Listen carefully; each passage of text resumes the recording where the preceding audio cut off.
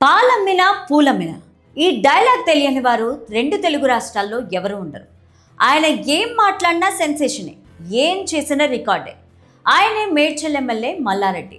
ఒకవైపు విద్యాలయాల ద్వారా రాణిస్తూనే మరోవైపు రాజకీయాల్లోనూ తనకంటూ ఒక గుర్తింపును సంపాదించుకున్నారు. త్వరలో మల్లారెడ్డి బీఆర్ఎస్ను వీడి బీజేపీలోకి వెళ్తున్నారని ప్రచారం నడుస్తోంది. బీఆర్ఎస్లో 2 సార్లు మంత్రి పదవి ఇచ్చిన కేసీఆర్ను వీడి బీజేపీలోకి ఎందుకు వెళ్తున్నారు? ఆయనకు బీఆర్ఎస్తో విభేదాలు రావడానికి గల కారణాలేంటి చూద్దాం. రాజకీయాల్లో ఇవాళుండే స్నేహం రేపు ఉండదనే మాట మల్లారెడ్డిని చూస్తే మరోసారి గుర్తొస్తుంది. ఎందుకంటే ఆయన త్వరలో బీఆర్ఎస్ను వీడి బీజేపీలోకి వెళ్ళనున్నారని జోరుగా ప్రచారం నడవడమే ప్రధాన కారణం. ఒకవైపు విద్యాలయాలు, ఆసుపత్రుల ద్వారా వ్యాపార రంగంలో రాణిస్తూ ఎంతో విజయాన్ని మల్లారెడ్డి అందుకున్నారు.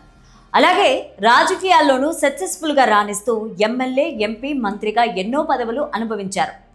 ఉమ్మడి ఏపీలో టీడీపీలో కొనసాగిన మల్లారెడ్డి రాష్ట్రాలు విడిపోయాక బీఆర్ఎస్లో చేరారు.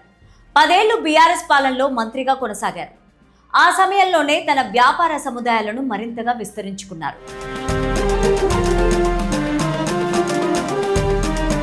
2023లో మేడ్చల్ ఎమ్మెల్యేగా మరోసారి గెలిచినప్పటికీ బీఆర్ఎస్ అధికారంలోకి రాలేదు. దీంతో మల్లారెడ్డికి చిక్కులు ఎదురయ్యాయి.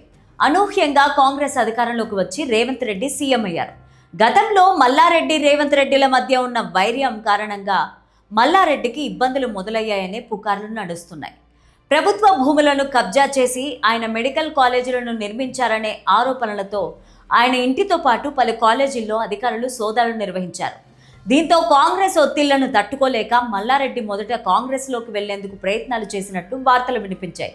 కానీ మల్లారెడ్డికి రేవంత్ రెడ్డితో ఉన్న గొడవల కారణంగా ఆయన పార్టీలోకి రావడాన్ని మరికొంతమంది నేతలు వ్యతిరేకించినట్లు రాజకీయ వర్గాల్లో చర్చ నడిచింది. ఇటీవలే ఓ కార్యకర్త పుట్టినరోజు వేడుకల్లో ఆయన చేసిన వ్యాఖ్యలు వైరల్ అయ్యాయి. తాను బీఆర్ఎస్కు దూరం అవుతున్నానని, తనను అందరూ మరిచిపోతున్నారంటూ చేసిన వ్యాఖ్యలు తీవ్ర దుమారాన్ని లేపుతున్నాయి. దీంతో ఆయన పార్టీని వీడుతున్నారనే వార్తలకు ఊతమిచ్చినట్లు అవుతోంది. అసెంబ్లీ ఎన్నికల్లో బీఆర్ఎస్ ఓటమి తర్వాత తెలంగాణ భవన్ వైపు ఆయన అసలే వెళ్లడం లేదు. అంతేకాకుండా పార్టీ కార్యక్రమాలకు పూర్తిగా దూరంగా ఉంటూ వస్తున్నారు. తన షష్ఠి పూర్తి వేడుకల్లో తప్పితే కేటీఆర్, కేసీఆర్లతో కలిసి పెద్దగా ఏ కార్యక్రమంలోనూ మల్లారెడ్డి కలిసి పాల్గొనలేదు.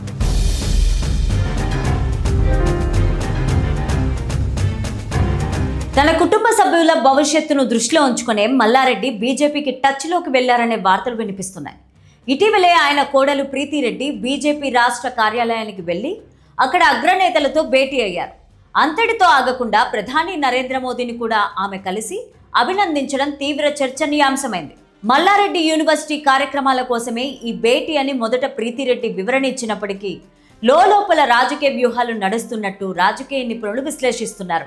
మల్లారెడ్డికి 2 రాష్ట్రాల్లో భారీ ఎత్తున విద్యా సంస్థలు, ఆసుపత్రులు, విశ్వవిద్యాలయాలు ఉన్నాయి. తెలంగాణలో కాంగ్రెస్ ప్రభుత్వం అధికారంలోకి వచ్చిన తర్వాత ఆయన విద్యా సామ్రాజ్యాన్ని కాపాడుకోవడానికి కేంద్రంలో అధికారంలో ఉన్న బీజేపీ మద్దతు అవసరమని ఆయన భావించినట్లు సమాచారం. తెలంగాణలో అధికార మార్పిడి జరిగిన కొద్ది రోజులకే మల్లారెడ్డిని కాంగ్రెస్ పార్టీలోకి వెళ్లడానికి ప్రయత్నాలు చేశారని టాక్ నడిచింది. కానీ ఆయనకు కాంగ్రెస్ నుంచి సానుకూల స్పందన రాలేదు. దీంతో ఆయనకు ఇప్పుడు బీజేపీయే సరైన ప్రత్యామ్నాయంగా కనిపిస్తోంది. బీఆర్ఎస్ పార్టీ ప్రతిపక్షంలోకి వెళ్లిన తర్వాత చాలా మంది సీనియర్ నేతలు పార్టీని వీడుతున్నారన్న క్రమంలోనే మల్లారెడ్డి కూడా తన రాజకీయ వ్యక్తిగత ప్రయోజనాల కోసం కారు దిగి బీజేపీ గూటికి చేరేందుకు గ్రౌండ్ క్లియర్ చేసుకుంటున్నట్టు వార్తలు వస్తున్నాయి. బీఆర్ఎస్ అధినేత కేసీఆర్తో పెద్దగా విభేదాలు లేకపోయినా కేవలం వ్యాపార సంస్థలను కాపాడుకునేందుకే ఆయన పార్టీ మారుతున్నట్టు ప్రచారం నడుస్తోంది. అంతేకాకుండా తన కుటుంబంలోని 4 వ్యక్తులకు బీజేపీ అధిష్టానం రాబోయే ఎన్నికల్లో సీట్లు ఇస్తామని హామీ ఇచ్చినట్లు తెలుస్తోంది. అందులో భాగంగానే మల్లారెడ్డి ఈ నిర్ణయం తీసుకున్నట్లు సమాచారం. రాజకీయాల్లో ఏదైనా జరగచ్చు. మరి మల్లారెడ్డి పార్టీని మారుతారో లేదో చూడాలి మరి.